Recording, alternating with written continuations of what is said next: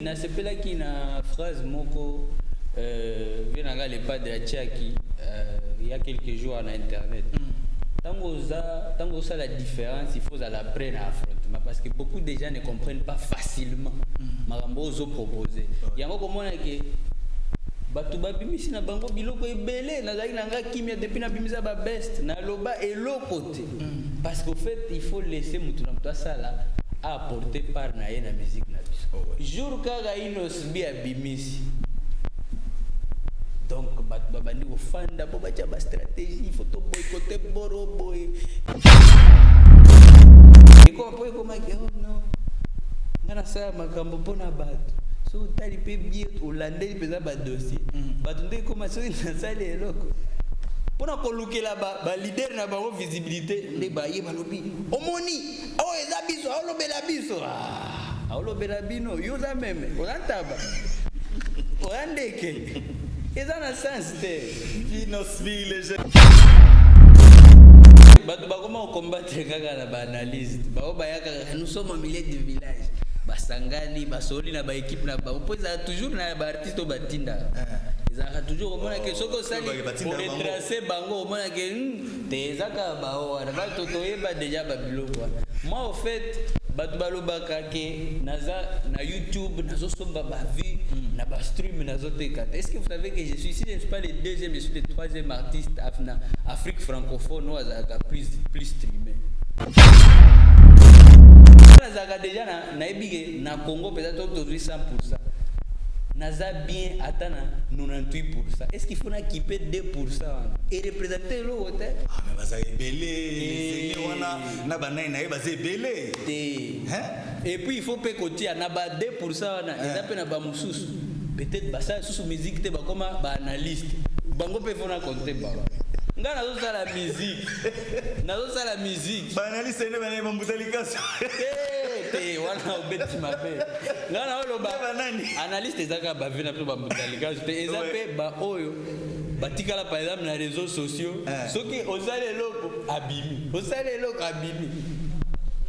Siko na baka wana tango zolo ba sezene donc na sacrifier là 98% ba to lingana to solaka bien ba quadra ba igwe ba jibe mpiana ba wazekwa ba feregola ba watanabe ba fabrigat na sacrifier peza neti population mobimba na kipe kaka bato nazomona pe bien te ozomona ba bien te na osala business nanga na kipe biloko nga naza ba esprit faible wana teke ba maloba wana et ko toucher katina banda o changer ba idée na naza ka bongo. Je sais déjà que ce que je propose est différent. Pour komona ke toye na ba système ya ko tiama ba nyamana na ba clip ba kanisa.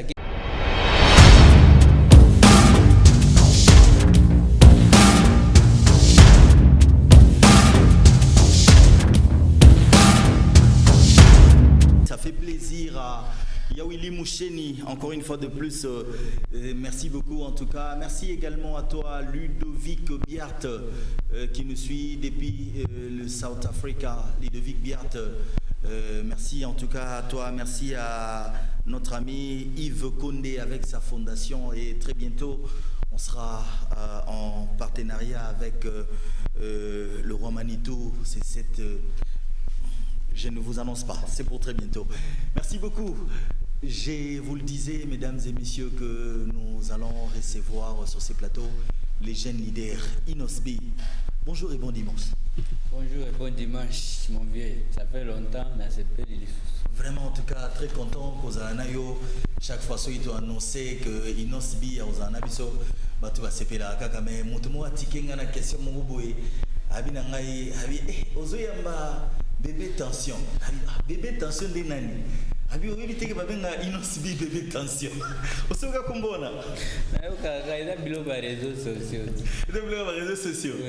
On s'est dit que si babi bazo annoncer que bazo yamba Inosbi c'est que tension c'est côté déjà la parler. Bon, wana siko ba public nde ba yoka makambo wana. Nga na biga na za artiste normal. Soki na ye c'est pour parler de mes œuvres, parler de tout ce qui m'entoure. Et puis, comme je vous ai dit, même tant que tu là par rapport à l'émission, fait quand même des mois et des mois que je n'ai pas fait d'émission. Bien sûr. La dernière fois on a fait l'émission, c'était à Goma. On a katikati ya tango na tika inano au sala ba émission parce que je devais me concentrer aussi sur autre chose. Oui. Na lobby non, ça fait quand même 2 mois et 2 mois. Et puis tant on a les cas qui na Goma, c'était même pas prévu par rapport à ça fait force na ba plateforme na bisopé à Goma. Oui. Parce que Goma aussi c'est chez moi et puis c'est bien sûr. Les gens sont en train d'évoluer, les médias ils ont évolué. J'ai dit que fallait plutôt ça la bongo, mais en tout cas ça fait 2 mois depuis. Je me rappelle même pas la dernière fois qu'on a ça la émission. Donc c'était quand même important. Bien sûr. Par rapport au PAF Sikao et Outikobi, il fallait que je passe parler un peu de ça. En parlant des Goma, Oyoza, Pena, Fief, Nayo, quand tu es rentré, quand tu rentres là-bas, comment tu te sens? Parce que on a engouement à l'égard Nayo, attention à l'égard Nayo. Qu'est-ce que tu t'es dit? Bon, Goma, quand je suis là-bas, c'est plus dans l'esprit famille, famille donc aux amis, ma famille et tout ça. Ça dépend. Si j'y vais pour un concert, en tout cas, je vis les plus beaux, la plus belle énergie possible. Parce que la dernière fois, c'était avec les festivals à Mani. En tout cas, j'avais vu un Goma qui est différent.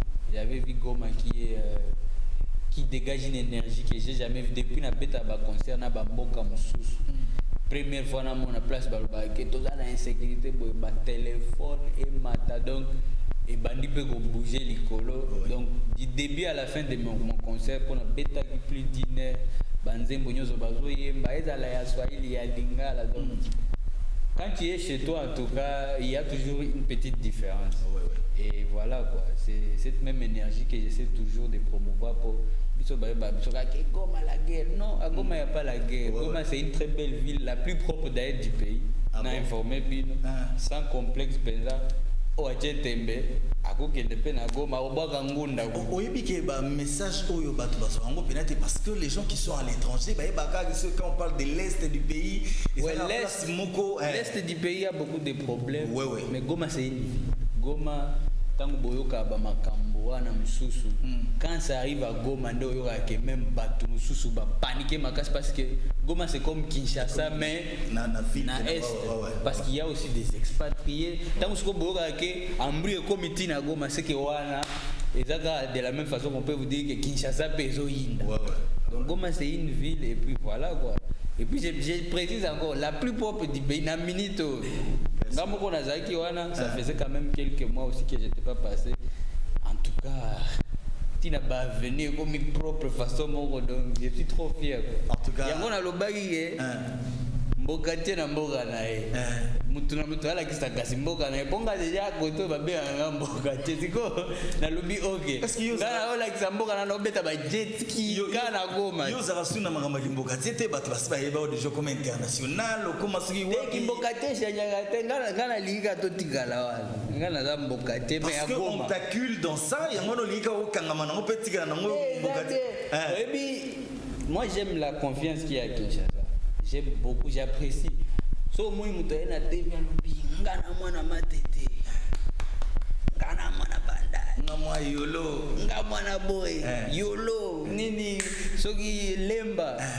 Soko mwana Goma mboka te. Sikoyo Kigoma wana mboka wana Goma. Soko utali yango na image. Ndenge ba o dénigrer yango. Utali pe muta o dénigrer yango place a uti omonike ambri eza makasi. Parlons de tes œuvres. Outiko bimise la biso meme oyo batunyo so bayoki yango batunyo surtout babandiko sepela nango déjà. Mais apparemment on dit toujours que ino soka bimisi eloko il fait zalakaka na trina eloko moko il faut et susciter bateau et la musa bateau batala boye et zalana no wana ka place ozali banini puis bimisi flèche babeti perroquet wana ko ina se. Ezai perroquet. Eza nini? Ndeke wana ebi kombo nango. Comment unaona? Ngapela ebi. Oui. Mais yo lobi perroquet za inde na Hollande. Na Hollande ndeke oyo ezaki na se wana ya perroquet. Eza nini yebisa biso? Ngapela zo luka kombo na. Tikolo baboy. Bon, oyebi na sepelaki na phrase moko venanga le pas de la Tchaki il y a quelques jours en internet. Tant ça la différence, il faut la prendre à affrontement parce que beaucoup de gens ne comprennent pas facilement makambo ozo proposer. Yango komona ke batu babimisi na bango biloko ebele nazali nanga kimia depuis na bimisa ba best na loba eloko te. Parce qu'au fait, il faut laisser mutu na mtu asala apporter par na ye na musique na biso. Jour kaka inos bi abimisi. Donc, babandi ofanda po bacha ba stratégie, il faut to boycotter boroboy, to lo baiza mabe, to mais tango bozolo babongo et simba te po depuis bosala la biloko na simba ba. Période moko ezaki to kobeta banzembo na ete. Période mususu ete to sala ka campagne ke boro esimbite, musique ba vie, musique boy. Siko eza problème ya namona ezaka kobanga pamba parce que soko otali pe bien. Obimisi yo pe balobité. Oh, ils ont grâce à Diamond, yango te, musique pesa ba vite. OK na Ashu. Oh, penza kutu carrière na après ka ko sala succès na Diamond na Ashu qui c'est fini. Boyoki ke tobeti na Mali, nzembo ba we bango bandeliti suka ya lingala na Mali. Tolongwe na Ashu toke na Holandi. Banzembo ya boende nini ko cha bandeke boy na cash. Eza eloko te. Vaut mieux kutu Ashu. Bolongwe na Holandi boke na best. Ba français belé boy kutu eza grâce à Damso. Vaut mieux kutu Holandi. Ah ziko toyena nini o meme. Omoni toyebisaki bino depuis ba Holandi ba best wana akweya. Vaut mieux kutu ba we bimakala. Maintenant au juste ni sika ba ba préféré ya kala. Ya sika wana ba linga ngote. Yango komona ga eza ba campagne pour déstabiliser carrière artiste mais ba détracteur wana ba bossa na ke ngana za ba esprit faible wana teke ba maloba wana et ko toucher katina banda o changer ba idée na za ka bongo. Je sais déjà que ce que je propose est différent. Pour komona ke toye na ba système ya ko tiama ba nyamana na ba clip batu ba okanisa ke zelo kwa sikana ezande lo parce que nazo s'inspirer na batu basalaka ba vidéo ya bien on fait toujours intervenir ba être mususu pour na ko attirer attention dans les clips et puis ko enrichir idée et c'est pas que oh il faut ko lokela ngoka ba idée pour nzembo eza na lingala e bandeliti suka soko lo ba lingala o comprendre même par exemple ya ebisio nzembo eza na sens ngape siko na otuna yela nga générique eza na sens koleka même kasi siko en parlant de makambo na maloba eza na kati quand tu parles de meme tu veux dire quoi exactement la chanson au fait ce qu'il faut nous expliquer en gros sans perdre l'état ezani esika baokatanta bamutu meme azowelela esika bazoka tanta bamutu meme azowela oyebi meme nde muton taba eza taba to c'est vrai ouais place tango même ezwaka décision wana ya kokima place bazokatanta bamutu na mutu na ye ya netoloba na ya zoba akanisa wana nde ozala en sécurité po mutu akokolinga te baboma ye na mutu na ye ezake koto oyo nde moi sécurité eza sikoyo nazo expliquer kake par rapport au matérialisme na biso na Afrique tokomi nango mikolo tozokanisaka kaka ke tozoprendre ba bonne décision zoka tozokende place ya mabe yango na lobi kala ezalaki kobala na mungwa lelo tokomisa yango mbongo kala ezalaki symbolique lelo ekomi calcule business yango sokomoni mobali ya mwana na bino akomi teti ayebiki atia bambongo neti asomba mwana na bino ekomi impose bino na makambo mosusu banini oboyi mutu ya bwanya mutu ya sage mutu ya mayele mpo yebiki akufaka bamia aza na eloko te yo landi mutu akumutuka oyebi peut-être akozala chauffeur nango biloko wana ekomela basele na biso ebele alandi jomo na ka wana ezala fi wana to mobali azozwa décision ya mabe wana aokanisaka kote mosusu nde baloba na anglais kote mosusu nde okanisaka pelouse na bango vert nango nde ya solo oyebi teke peut-être pelouse wana eza synthétique eza plastique eza ya solo te eza ka pelouse apesa elengi soki yo moko otikali wana oza na baprojet na banani pendant ce temps ici eza ebele bafiti déjà eza ebele na période oyo ebele ebimi nanu te ferigola wana déjà eza en cours Barbara Kanam, Samarino, PDZ, DJ PDZ, il y a Lubumbashi, Ténor, il y a Cameroun. Qui d'autre? Sidiki Diabaté peut déjà tant la na mali to sala ki yango. Ouais.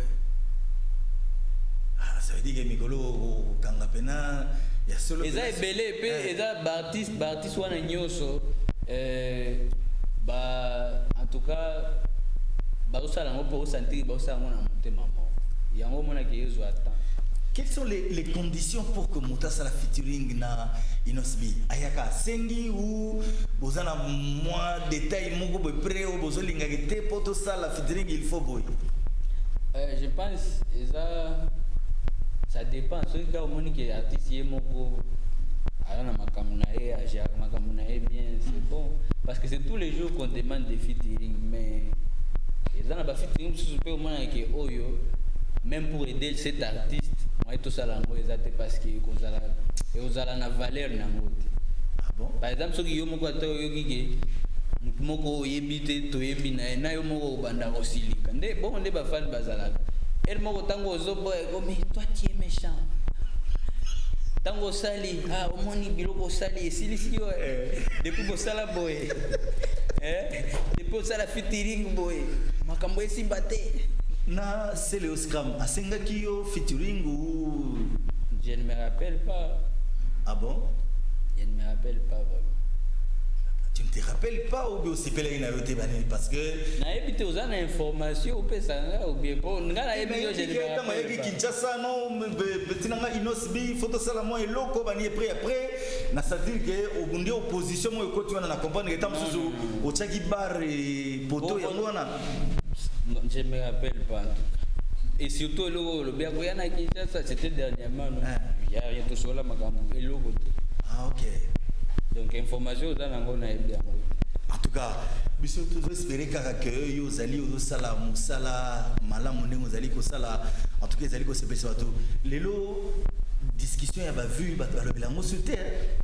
Bato balembagate balobelagate. Ah mais na ki mutu moko abimisi sur banini on noté je suis suivi sur les réseaux sociaux Inosbi ba vu ezo kende en auteur mais côté ka ezo zala mobulu azo linga sala analyse les pourquoi azo tekate bato bazo tala ekaka na bato bakoma combattre kaka na ba analyse ba bayaka nous sommes au milieu du village basangani basoli na ba équipe na ba opposa toujours na ba artiste au batinda ezaka toujours omona ke soko sali pour retracer bango omona ke tezaka bao na bato toyeba déjà ba biloko. Moi au fait bato balobaka ke naza na YouTube nazo somba ba vie na ba stream nazo teka. Est-ce que vous savez que je suis ici je ne suis pas le deuxième je suis le troisième artiste Afrique francophone ou azaka plus streamé. Mais comment naka bato moko boyo déjà na leki donc déjà na leki bango ndi bazo ya lisusu na ba stream biso ko YouTube yango na expliquer ka soyons sérieux biso moko tozawa tolinga muziki mingi na mboko. Est-ce que za na fan moko na changu o akokende aluka nzembo na Spotify eza na fan moko na fin fo ya birere na Goma akende luka nzembo ayokela ngo soki na Spotify baza très rare na yolobi teke bazangi mais baza très rare ata 0,5% baza te place biso awa na internet muta consomaka musique sans que atia ba identifiant donc abana utia ba email na eba mot de passe eza na YouTube ngamo naza artiste natalaka YouTube sans kokoti sa compte là bien sûr natalaka et puis ko compter ka donc ça veut dire que jusque là na niveau na biso ya Afrique plateforme auto-maîtrisée et YouTube. Il preuve comment que nzembo soki ebeti na Afrique na plus de vues na YouTube. Mais na ba stream et kozalaka ba stream à selon soki collaborer na artiste moko na France. Au bandi ko streamer selon force et artiste na France. Bien sûr. C'est quoi il faut dire la vérité à tous ces jeunes oyo bato balinga ba distraire pamba. Ozo ça bato ke oh non ngai no sibi na sombaka ba vie pourtant na minute na Afrique. Je suis l'image des jeunes qui réussissent dans la musique. Nazo beta ba concert, nazo beta parti par là, batu ba ibi banzembo nanga. Siko ebisanga. Si je fais par exemple 20 000 streams na Spotify, ba stream on oza sike yango nde sali succès nanga. Non, eza ba view batu bazo tala pe bazo yo kanzembo na YouTube parce que c'est là où les gens maîtrisent jusque là. Siko soki ba quelques batu bazana ba featuring ebele na France na ba star ebele o ba streamer na France. Baya ko ebisa yo ba distraire yo ke non ndenge déjà bayebi inosa osimba YouTube boy te YouTube yango lisusu te tozalaka susu kuna te mais soki na bango moko otali banzembo na bango oyo eza na bavi na YouTube nde ezalaka na makambo na Afrique. En parlant de rapport exactitude par rapport à rentabilité nango, une chanson comme Yopé, vous allez coûter combien en termes de mbongo tolo? On est à makambo na robete la binote, mais je suis maintenant l'un des artistes en Afrique francophone les mieux payés. Soki na kebeta concert, il faut ba producteur ba dans la conséquent. Alors bien parmi les artistes les mieux payés. Na bidé na za ya liboso to ya mibale mais parmi les artistes au pesa soki a longwe kill. Boyoki ki a ke place moko. Kobeta. Ça veut dire Inos Bi le caché comme il colo. Bon eza likolo depuis kala. Mais mati lisusu. Et mati lisusu donc voilà quoi. Ngana ko pesa ba prix exact te pour so yo pe na tunio kin 24 ba pesa bino combien boy oui bisanga mais on est dans salaire on est dans salaire na biso mais biso de yebi que so déjà muta sali 150 oui sali 100 millions et cause la na moi valeur mo marchand ba peut-être dans 100 millions à cause à gagner tant sur 600 000 ou alors là tu parles de rentabilité en termes par exemple ba vie ou bien ba stream non on va pas avoir ba vue na no liboso ouais bon ezaka ba mike mo ekota kuna mais ce qui est sûr en termes de rentabilité, comme je le dis toujours, na ba plateforme ba stream wana et foutara plus que ba vue. Mais ba vue peut foutara surtout ceux qui ont na ba vue belé ti ba biso et foutara pe. Neti déjà on a ba abonné belé à chaque fois so bimisi déjà il faut na bimisi ndenge ba vue matape ndenge ba abonné ba mataka ndenge ba commentaire mataka en tout cas na koma na batu oyo balandaka penza de tout près ba musique nanga et c'est vraiment une grâce. Donc on a ba fano baza loyal bongo c'est très important. À quand l'album de Inos Bi? Na ebina noté. Na ya ko bete la bino ne tiré en 2025 bo bandiko le. Donc moi je veux que les gens comptent sur moi sur des projets lourds. Au moins neti ole batu ba même batu na ba débat nzembo eza bien te. Potala ba effort ya clip para tango zo boya nzembo. Depotala ka ba musique à Congo. Intro à pamba wana artiste congolais pardon artiste congolais a intro wana acha by for wana au fait il y a des choses même qu'on fait par amour mais ebike logo moko otaki intro wana lingai kutuna lo bana yango ebike intro wana eza kitoko makasi nde bozo yana banini wala mais c'est quand on eza ka place wana kanga mna mituni mais poni no koti si kati mata na kati wana te eza kanda ya kolinga muziki osali eloko oyebike eloko soki pe tokena normal na yebi ke ba uzala engra ba kozongisela nga lokumo kati c'est l'excellent intro wana banini na lisusu so tali effectif ba chuku duana na effectif ba wana ba acteur te ba wana ba vrai chuku der oyebi ba sala nini na goma ba onde ba sala transport ya ba légumes ya ba biloko tout ba baliaka na goma ba elongwaka na ba champ ba onde ba kiti yango na vie. Donc jour wana to kanga peza transport wana mobiliser bango ba biloko ya bongo so pe otali yango eza ba clip wana teka générique ozo ya ko défendre biso nde to beta ya musique oza sûr. Inos, c'est vrai que les lots, en tout cas, mon kilendimi yo, batutu bayoki yo, bazo sepela na yo, mais une chose est vraie, batutu se fait bazo bate belé, bazo déclaré. Pourquoi Inos a zone dima batu musu pété?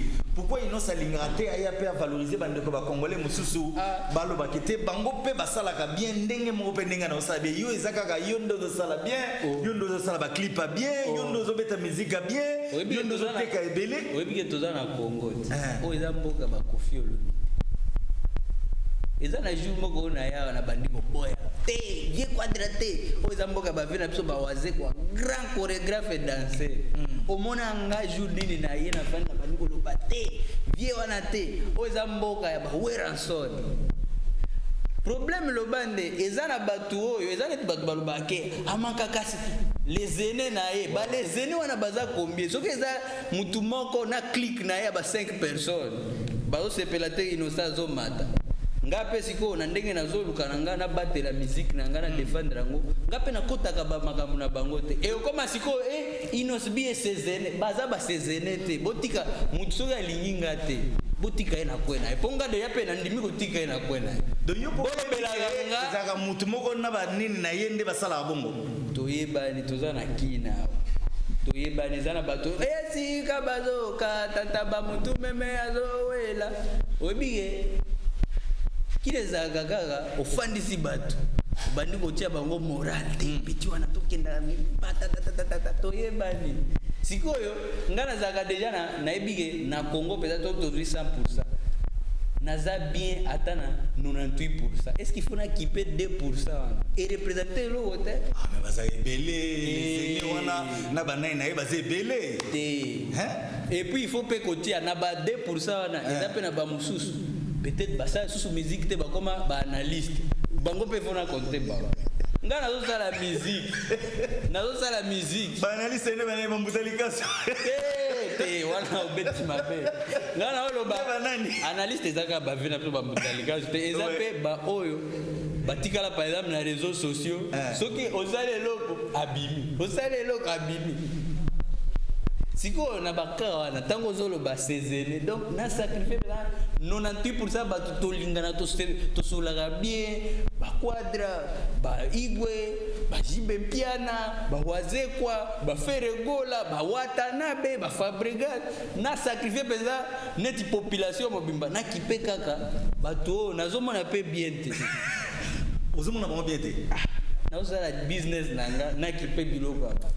Et pourtant, so peut tali bien. Et comme après comme oh non. Ngana sa makambo pona bato. So tali pe bien Hollandais pesa ba dossier. Bato ndé comme so na sale eloko. Pona ko lukela ba leader na ba visibilité ndé ba ye balobi. Omoni, oh eza biso, olobela biso. Ah, olobela bino, yo za meme. Olantaba. Olandeke. Eza na sens te. Inosbi les